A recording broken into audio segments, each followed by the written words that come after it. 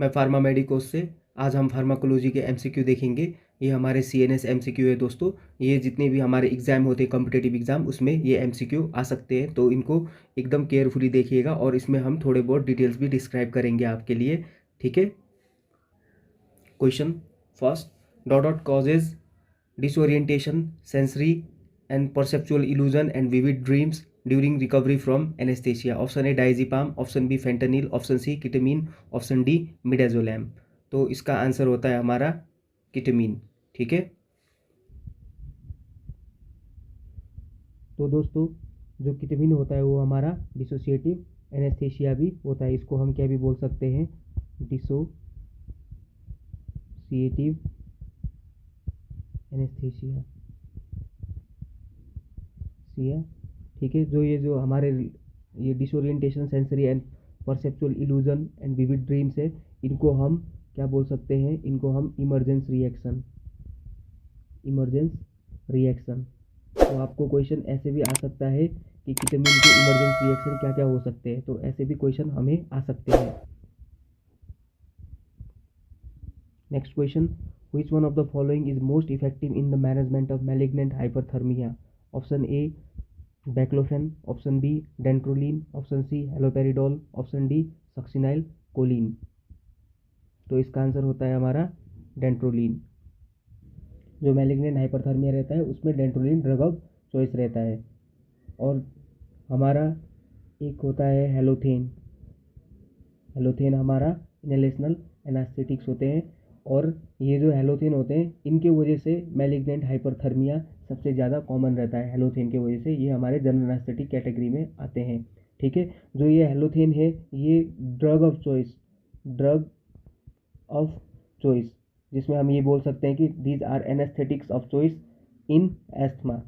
तो आपको ये क्वेश्चन भी आ सकता है कि हेलोथेन कौन से केस में ड्रग ऑफ चॉइस है, या एस्थमा के केस में हम कौन सा जनरल एनेस्थेटिक यूज़ कर सकते हैं। तो इस तरीके से भी क्वेश्चन आपको आएंगे दोस्तों। Next question, which of the following drug causes malignant hyperthermia? Option A nitrous oxide, option B halothane, option C thiopentone, option D ketamine. दोस्तों हमने ऊपर डिस्क्राइब किया कि इसका जो आंसर होता है हेलोथेन। मैलिग्नेंट हाइपरथर्मिया हेलोथेन का एक एडीआर है।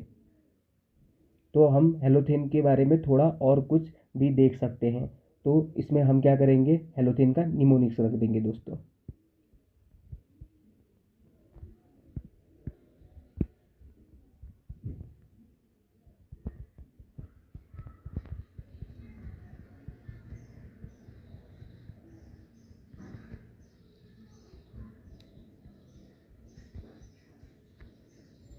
तो दोस्तों हेलोथेन का निमोनिक्स इस प्रकार है। H stand for malignant hyperthermia, H hyperthermia होता है। A stand for arrhythmia, L stand for liver toxicity sensitive to light, O stand for orthostatic hypertension, T stand for tocolytic, ये टोकोलाइटिक का काम भी करता है। और H stand for heart depression, A stand for asthma, और ये जी ऑफ चॉइस इन एस्मा भी है। और N E stand for non explosive. तो इसमें दोस्तों हम हेलोथेन का निमोनिक्स भी देख सकते हैं कि हेलोथेन की क्या क्या कैरेक्टरिस्टिक होते हैं, कौन कौन से एडीआर करवाता है और कौन कौन से केस में हम यूज़ कर सकते हैं। Next question, which one of the following drug causes massive histamine release? Option A diazepam, option B pancuronium, option C tizanidine, option D tubocurarine. तो इसका आंसर होता है दोस्तों हमारा डी ट्यूबोक्यूरेरिन। तो इसका आंसर डी रहेगा। Next question, carbidopa is used in Parkinsonism because carbidopa, option A crosses the blood-brain barrier, option B inhibit monoamine oxidase type A, option C inhibit aromatic L-amino acid decarboxylase, option D is converted to the false neurotransmitter carbidopamine। तो इसका answer होता है दोस्तों हमारा inhibit aromatic L-amino acid decarboxylase, ठीक है। ये जो हमारे कार्बिडोपा जो ड्रग होते हैं ये क्या करते हैं, जो हमारा एंजाइम रहता है एरोमेटिक एल अमीनो एसिड डिकार्बोक्सिलेज, उसको इनहिबिट कर देते हैं। तो ये हम क्या करते हैं, इसको एल डोपा जो लिवोडोपा होता है, लिवोडोपा प्लस कार्बिडोपा को हम प्रेस्क्राइब करते हैं, क्योंकि ये लिपोडोपा के मेटाबॉलिज्म को भी रोकता है by inhibiting the enzyme aromatic L amino acid decarboxylase. तो हम इसको जो रेशियो होता है हमारा ये कितना रहता है 4:1 और 10:1 रेशियो होता है इसका। तो जो हमारे कार्बिडोपा होते हैं ये किस चीज़ में यूज़ होते हैं, इसमें दिखा रखा है आपका पार्किंसनिज़ में यूज़ होते हैं। तो ये क्या करते हैं हमारे, ये कैटेगरी कौन सी है, peripheral dopa decarboxylase inhibitor.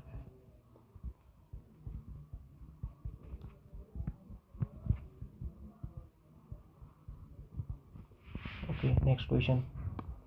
Following is the main inhibitory transmitter of the brain. Option A dopamine, option B norepinephrine, option C glycine, option D Gauba.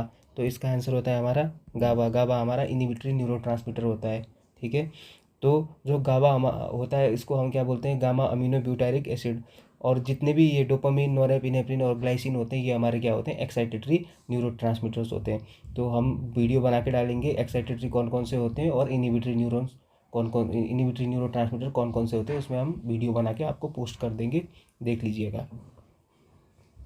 Which one of the following drug is drug of choice in obsessive compulsive disorder? Option A MAO inhibitor, option B TCAs, option C SSRIs, option D phenothiazine. इसका answer होता है SSRIs। इसमें जो इसके example होते हैं SSRIs के वो होते हैं हमारे फ्लुक्जेटीन। ठीक है, तो जो ये माओ इनहिबिटर्स, ये TCA, SSRIs, ये सब हमारे कौन से कैटेगरी में आते हैं, ये सब हमारे एंटी डिप्रेशन में आते हैं। Next question. Following general anaesthetic is not metabolised. Option A halothane, option B ether, option C isoflurane, option D nitrous oxide. तो इसका आंसर होता है हमारा नाइट्रस ऑक्साइड। नाइट्रस ऑक्साइड जो होता है बॉडी में जाके मेटाबोलाइज नहीं होता है, डायरेक्टली काम करता है ये। ठीक है, next question. All of the following adverse effect are associated with the use of levodopa except. Option A orthostatic hypotension, option B delusion, confusion and depression, option C dyskinesia and dystonia, option D livedo reticularis. तो इसका answer होता है हमारा livedo reticularis. Because जो levodopa होते हैं वो क्या करते हैं, डोपामीन के लेवल को इंक्रीज कर देते हैं ब्रेन में। तो उसके बाद क्या हो जाता है, ऑर्थोस्टैटिक हाइपोटेंशन भी हो जाता है, डिलूजन, कंफ्यूजन एंड डिप्रेशन भी होता है और डिस्काइनेशिया एंड डिस्टोनियाज भी हो जाते हैं।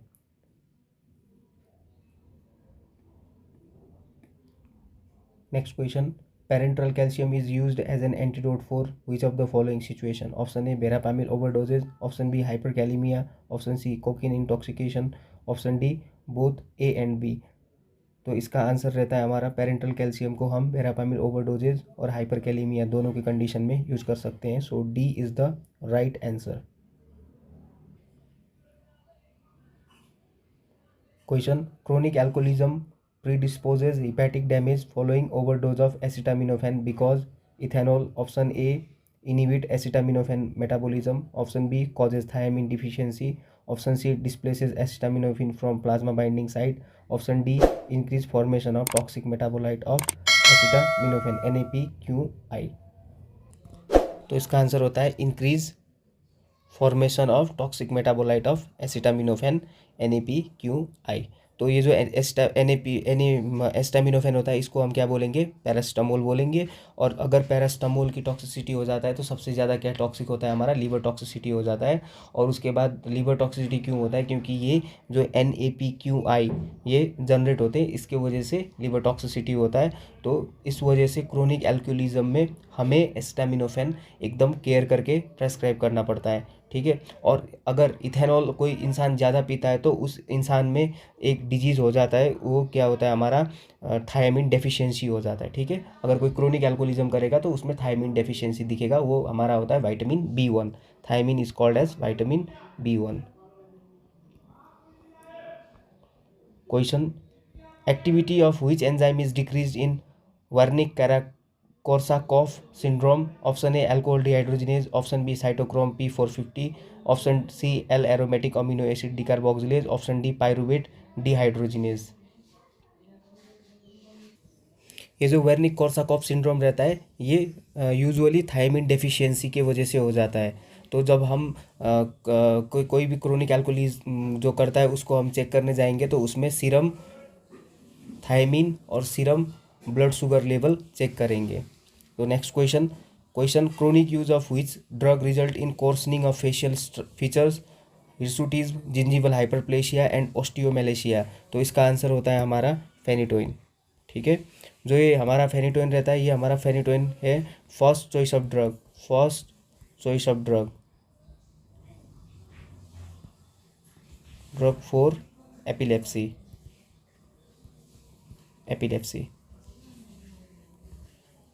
Next question hirsutism is caused by which of the drug? Option A minoxidil, option B dactinomycin, option C cycloserine, option D valsartan. तो इसका आंसर होता है हमारा hirsutism is caused by minoxidil. ठीक है, तो हिर्सुटिज्म का मतलब क्या होता है कि किसी भी लेडीज़ में फेशियल हेयर को ग्रोथ होता है तो उसको हम बोलते हैं हिर्सुटिज्म, और बॉडीली हेयर्स बढ़ जाते हैं तो उसको हिर्सुटिज्म बोलते हैं। तो जो हमारा मिनॉक्सिडिल होता है वो फीमेल्स में minoxidil as a hirsutism cause करवाता है, बिकॉज मिनॉक्सिडिल को हम एलोपेशिया में यूज़ कर सकते हैं तो फीमेल में ज़्यादा हेयर ग्रोथ कर सकता है। ओके दोस्तों, नमस्कार, आज के लिए इतना ही।